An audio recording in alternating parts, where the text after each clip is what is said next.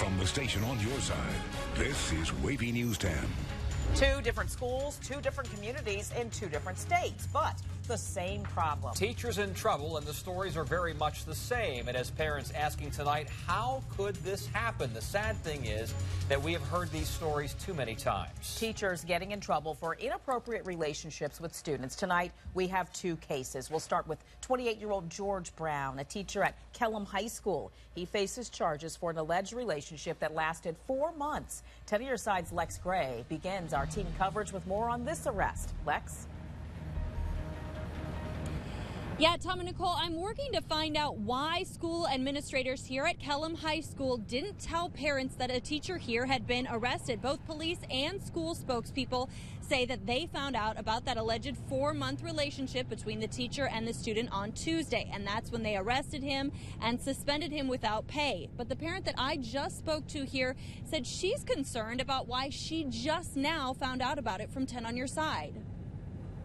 The news spread around Kellam High School on Twitter this morning. Students here told me their 28-year-old teacher, George Brown, is in jail. Police accuse him of having an inappropriate sexual relationship with a 16 or 17-year-old student. They're not releasing a lot of details about it in order to protect her. Kellam's website lists Brown as a tech ed teacher, and a Beach School spokeswoman says he started working at the school back in 2010. Students say he's the kind of teacher you'd choose for study hall, a cool, fun teacher that you could talk to about your problems. Some said they were shocked, one that she didn't believe the accusations. The courts will have to decide that based on the evidence police present. Brown had been in the Virginia Beach jail on a $20,000 bond. I just checked the Virginia Beach Sheriff's Office website. He is no longer listed as an inmate there, which means he likely bonded out. Live in Virginia Beach, Lex Gray, 10 on your side. Certainly, we'll follow up on this story. Thank you, Lex. Now to the other teacher in trouble, this one in North Carolina. She's been fired, and authorities are looking into the accusations tonight. That teacher worked at Currituck County High School. Lots of moving parts in this story happening right now. 10 on your side's Andy Fox spent the day in North Carolina and has details in this case that you will see only on 10. Andy? Tom and Nicole, lots of people aren't talking about this one. The accused teacher did not return our call. We went to her home. The principal did not return our call. School board members we were able to reach said they can't comment on personnel issues. But the sheriff did talk. Not on camera, but she confirms investigation underway. Currituck County High School is home of the Knights, but it's also the school where a teacher is accused of having sexual relationships with a student. The teacher's been terminated from employment, and her name is no longer on the Currituck County High School teachers page. We know who the victim is, but we won't release his name because he is a minor. This is what we can tell you about him.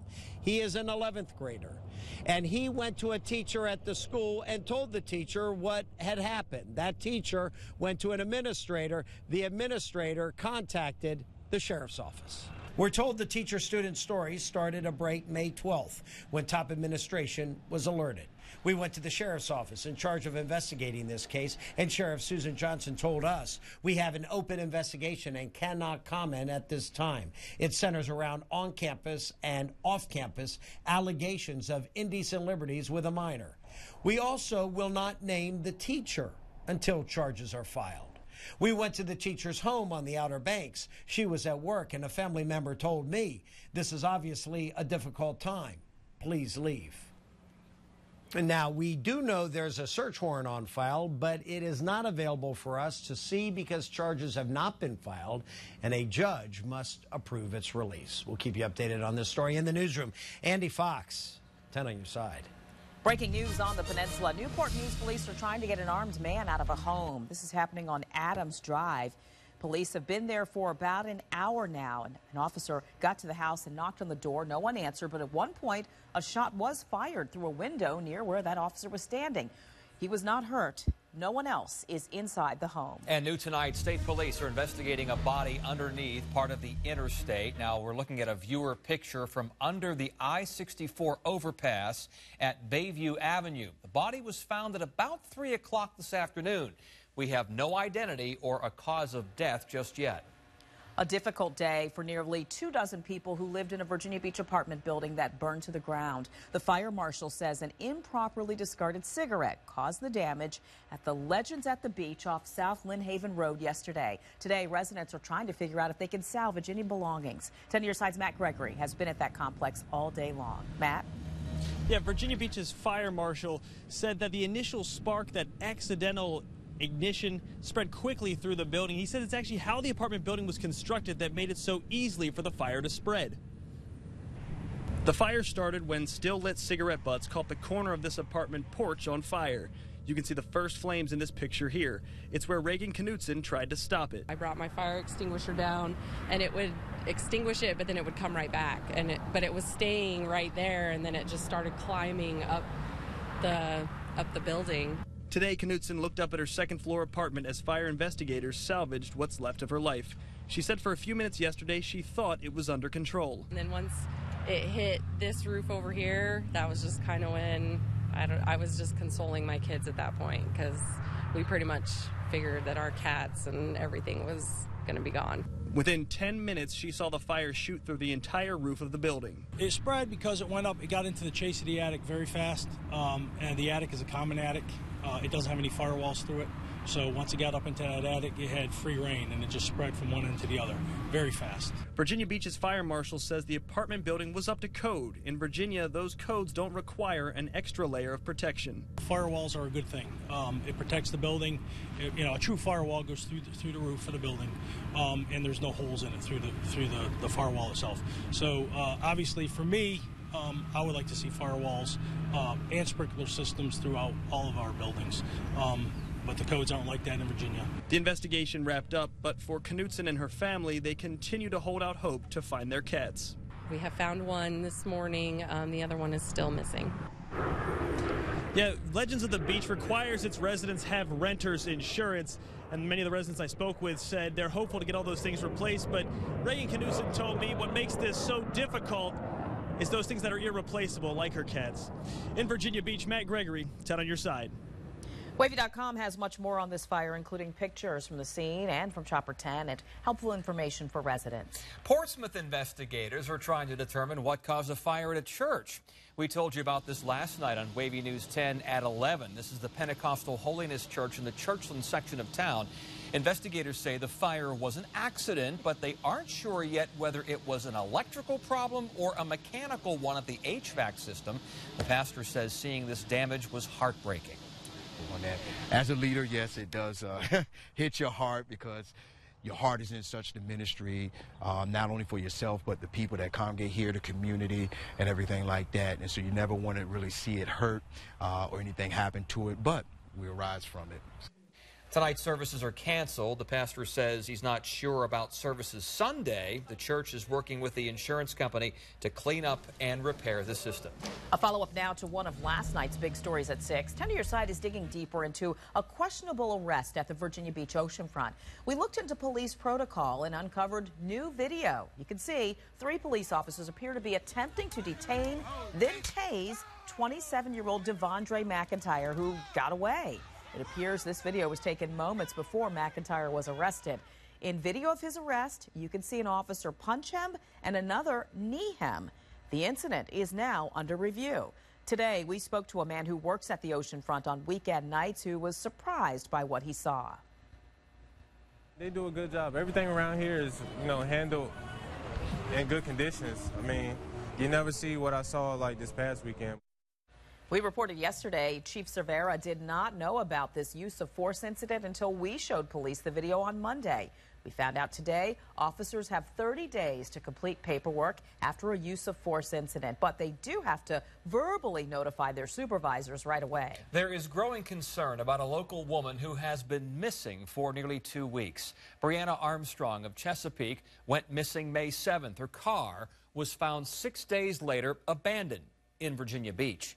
10 on your side's Joe Fisher's been looking into the woman's disappearance for a few days now. So what do we know tonight, Joe? Tom, new tonight, detectives in Chesapeake are calling the disappearance of 43-year-old Brianna Armstrong suspicious. We do want to point out that because of the number of missing persons cases in our area, there are a lot of them every single day. We routinely wait for police to ask for our help or the public's help in the search. Chesapeake police have still not done that. It's been 13 days without a trace of Brianna Armstrong. She was last seen here at her home on Mark Street the night of May 7th.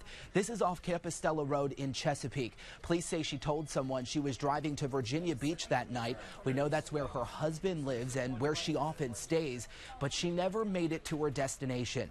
Armstrong wasn't reported missing until 2 days later, May 9th. Then on May 13th, exactly 1 week ago, last Wednesday, Armstrong's car was found in this retail parking lot in Virginia Beach on Newtown Road off Baker Road. The suspicious part, police say, is the manner in which her car was found. The keys were still in the ignition. That's suspicious, police say. The doors were also unlocked. And in the car, police found her wallet with money inside, as well as her shoes. In the last week, there's been no new information in this case. I have spoken with Armstrong's husband, Corey Creek. He told me Armstrong's ex-husband, who lives in California, has threatened her before and that she was possibly worried about that. I asked him to go on camera to talk about the situation in its entirety. He has so far decided against doing an on-camera interview. Of course, if you out there or anybody has any information about where Brianna Armstrong is tonight, you're asked to give Chesapeake Police a call. Live in the newsroom, Joe Fisher, 10 on your side. The father of a Norfolk teen who disappeared and then was found dead weeks later will head to trial on a list of charges. This morning, a grand jury indicted Wesley Hadsell on burglary, possession of ammunition, and obstructing justice. He's the father of Angelica Hadsell, who vanished March 2nd from Norfolk. Her body was found in Southampton County a month later. The charges he faces are in connection with breaking into a home. After he was arrested, he told 10 on your side's Joe Fisher that he broke into the home to do some of his own detective work. He's expected for trial on July 8th. Meantime, no one has been charged in Angelica's death, and the cause of death has not yet been released. New information on a North Carolina family accused of sexually abusing a girl for years. 10 on your side learned the Jackson brothers will be in a Perquimans County courtroom tomorrow. Investigators say there could be some sort of plea deal for some of them. The six are accused of assaulting the girl since she was 4 years old. Their parents are also charged in the case, and they're also expected to be in court. Count on 10 on your side for an update on this case tomorrow. Well, it appears the rats have jumped ship, in a manner of speaking. These images come from a year ago in Newport News, 73rd Street and Madison Avenue. It all began with one home that was crawling with rats, and no one was doing anything about it. A year later, a much different story. 10 on your side's Jason Marks has been covering this since the beginning. Jason, what happened? Well, Tom, you know, a year ago, as you mentioned, I stood on this very street corner. Neighbor Barry Fernandez called me about this home that was overrun with rats. So Fernandez called us back this year, earlier this week, because he wanted us to see the big difference. I see a huge difference. A year ago, the home at the corner of 73rd in Madison and Newport News had been taken over. They were huge and they were everywhere. And they were not afraid of people. Neighbors were scared to even come outside, unlike their long-tailed visitors. That one I seen, he was brown with a long tail. He ran all down there. I ran down that way. Ran to get away. I sure did. But a year later, things have changed. And if you juxtapose a picture of it then and now, you'd say there's no way that this was the same spot. The house is gone and so are the rats. City officials tell 10 on your side the owner of the home was first sighted a couple months before our story. The owner had an exterminator come in and kill the rodents. We're told over the last year, the owner was cited several other times for trash and unsanitary conditions. The vacant house was condemned in October. The city was set to see the owner in court this month, but right before that, the house was torn down. Once they started taking it down, it took them no time at all. And I'm kind of pleased with what we got now. It's a lot better than what we had. Allowing neighbors to breathe easier. I can smell the blossoms. I can smell the honeysuckle. That's a big difference. The nightmare is finally over. 10 on your side made it happen. I mean, it's like I said at the time. I said I always thought it was just a logo, but I tell you what, this is what you guys did. This is the end result of your efforts, and everybody in the neighborhood is thankful to you guys for it. And I spoke with the woman who used to live in this home earlier. She did not want to go on camera, but she did tell me she's glad everything is taken care of. I'm told that this lot could soon be put on the market. That's the latest here in Newport News. Jason Marks, 10 on your side. We want to go back to that breaking news on the peninsula we told you about at the top of the newscast. Newport News police are trying to get an armed man out of a home. This is happening on Adams Drive. And police have been there for about an hour. An officer got to the house and knocked on the door. We're told no one answered, but at one point a shot was fired through a window near where that officer was standing. And you see this is an active scene. You see all those vehicles there, emergency vehicles. That police officer was not hurt. No one else is inside that home. We will continue to track developments on this story on WAVY.com and also tonight at 11. Well, the effort to recall Portsmouth's mayor is underway tonight. A group gathered at a bookstore to finish up the petitions to recall Kenny Wright that will make their way through the city. They hope to gather 9,000 signatures. They say the recall is needed because of increasing taxes and poor leadership. Mayor Wright told 10 on Your Side a majority of people in Portsmouth are happy with how things are going. Teachers in Hampton Roads are losing to students in the technology arms race. Smartwatches are giving kids a new way to cheat that's not only high-tech, but virtually undetectable. Investigative reporter Chris Horn shows us how they're doing it. Yeah, parents, you need to know about this because all that information you can get on a smartphone, you can now get on a smartwatch. Kids are linking one with the other. No more worrying about pesky exams. Now they have the answers close at hand. Meet George Jetson. Move over, George Jetson and Dick Tracy. Now everyone can wear top-tier technology on their wrist. Email, web searchers, apps, and the answers to a test. I've seen kids cheating with them. I've seen kids using them, like Googling, searching the answers to their tests. This freshman at a Virginia Beach high school says he saw 2 students cheating with a smartwatch. Afterward, they showed him how. 2 other students bragged to him about their smartwatch cheating.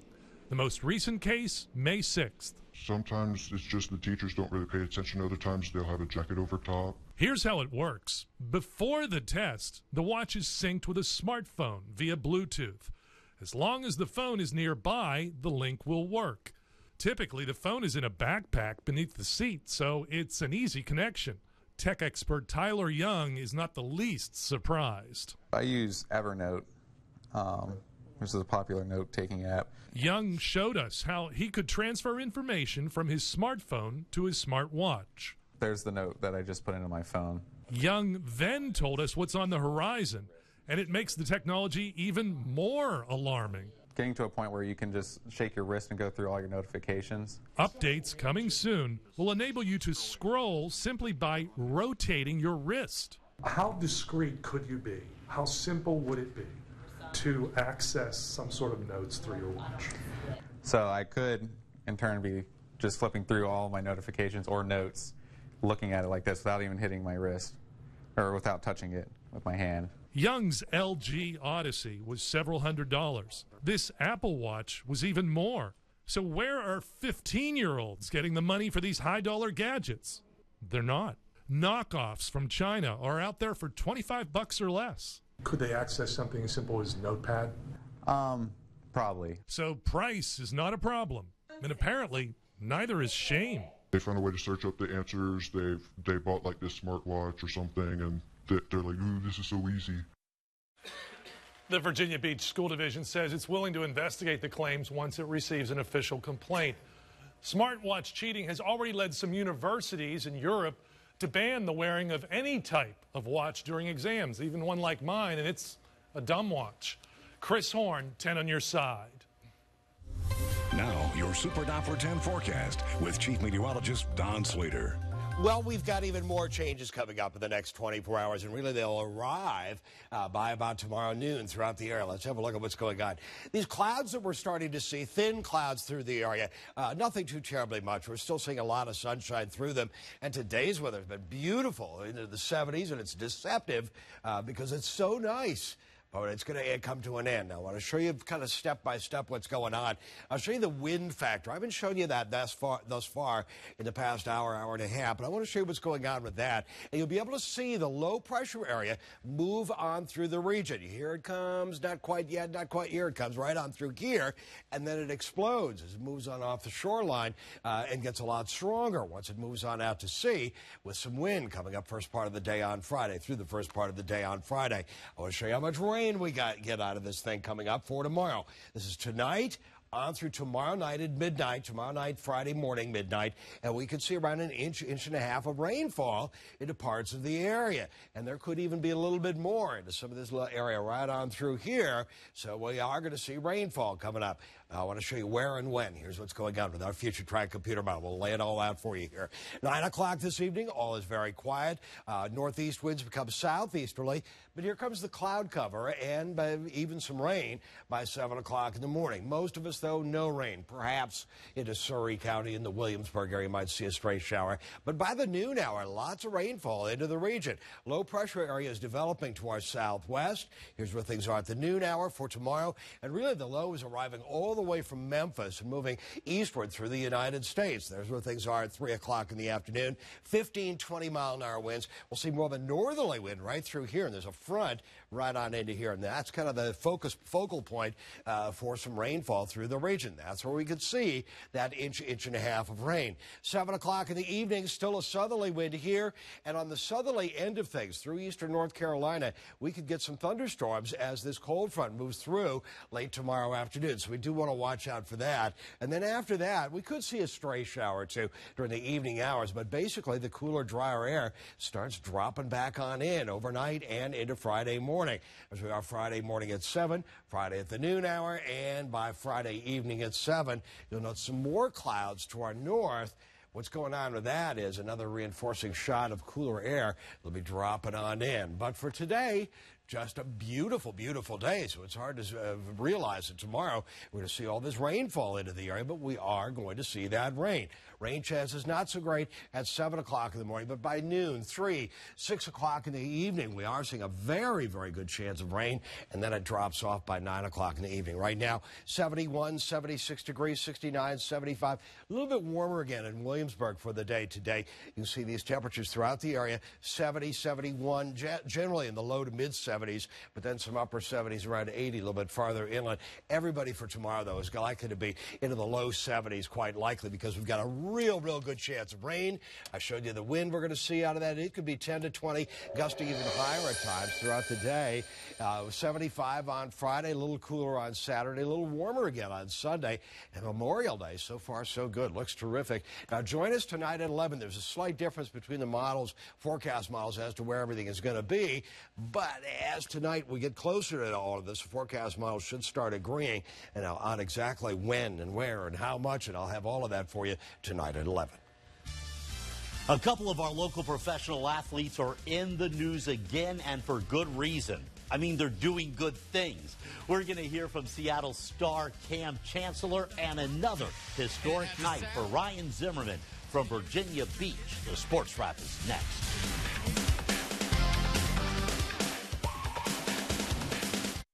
Enjoy the outdoors without bugs, pollen, and inclement weather in a sunroom or screen room from Echo Remodeling Incorporated. Act now and save up to $3,500. Free in-home consultation. Call Echo Remodeling Incorporated today. Hey, did you see these coupons?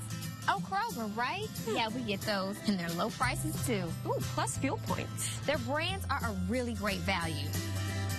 You know, we used to talk about shoes like this. Well, that was before kids. Now you can eat even better with low prices on hundreds of natural and organic items. You'll find a great selection throughout the store. Great food, low prices at Kroger. Beautiful windows, serious energy savings. Plus a true lifetime warranty, that's the difference. Window World, WAVY's experts on your side.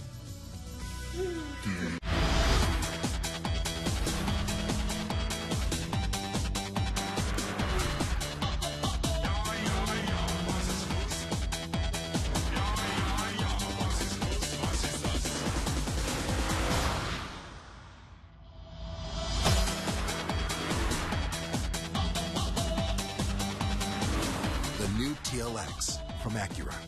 Visit your Hampton Roads Acura dealer for attractive offers on the TLX. I was 17 years old when I joined the Marine Corps, and I retired in 2008 as a Chief Warrant Officer, Personnel Officer. Dan and I actually met in North Carolina.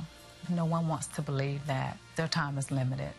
My experience with Navy Mutual, they treated me like I was family. At Navy Mutual, we've been serving military families for over 135 years. And while much has changed, the compass that guides us never has. Navy Mutual, by far, is the best that I've ever had to deal with. Come visit Beach Ford, where the Fords are. Beach Ford.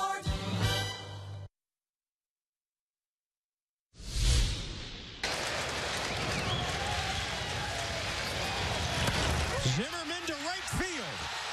Into the corner and gone! It's a homer! A walk-off for Ryan Zimmerman! Once again this week, a local major leaguer makes headlines. This time, Kellum High School graduate Ryan Zimmerman from Virginia Beach, a former player at the University of Virginia, last night hitting his 10th career walk-off home run for the Washington Nationals. I'm Bruce Rader. The 8-6 win over the Yankees propels the Nats into first place in the National League East for the first time this season. But even more remarkable, Zim moves into some very impressive company. The all-time walk-off home run leader in National League history is the great Stan Musial with 12, followed by Tony Perez with 11, and both of them played over 20 years. Well, now Ryan Zimmerman is tied for third on the all-time list with, get these names, Mike Schmidt, Albert Pujols, and Barry Bonds. Pretty good company for a guy who has only played 11 seasons so far. And while we are on the subject of local big league stars, Seattle Seahawks safety Cam Chancellor is gearing up for another big weekend here in Hampton Roads. Actually, I'll be with Cam Friday night at the Harrison Opera House in downtown Norfolk for a reception and silent auction to raise money for his foundation. Now, that's open to the public. And then Saturday at Lakewood Park in Norfolk, Cam will host once again his annual Seven Cities Family and Friends Memorial Day Weekend Cookout. Last year, Richard Sherman, his teammate, was there. As you can see, it's a big day for football fans. Well, when I was a kid, I really didn't have anybody to, go to their fitness camp or go to their camps when I was a kid. Didn't have anybody to really look up to as far as, athlete from the area. So I always told myself I wanted to be that person for my community, for the kids, and be someone they can look up to and be someone that can help them out and show them the light and show them the same way to get there and show them that it's possible. One of the best and most popular players in the NFL right now, Cam Chancellor, a graduate of Maury High School in Norfolk. He played at Virginia Tech, coming home once again to do something for the kids of Hampton Roads. And we'll have much more with Cam tonight at 10:45 on the Fox 43 Sports Wrap, along with the sports of the day. And I'll see you guys back here at 11. Nice to see our folks giving back in the 757. Cool nights, too. Yeah, and we are looking for some rainfall coming up for the day tomorrow. I mean, beautiful day today. We are going to see a good slug of rainfall move through, then much better after that. And we're back at 11. And always on WAVY.com.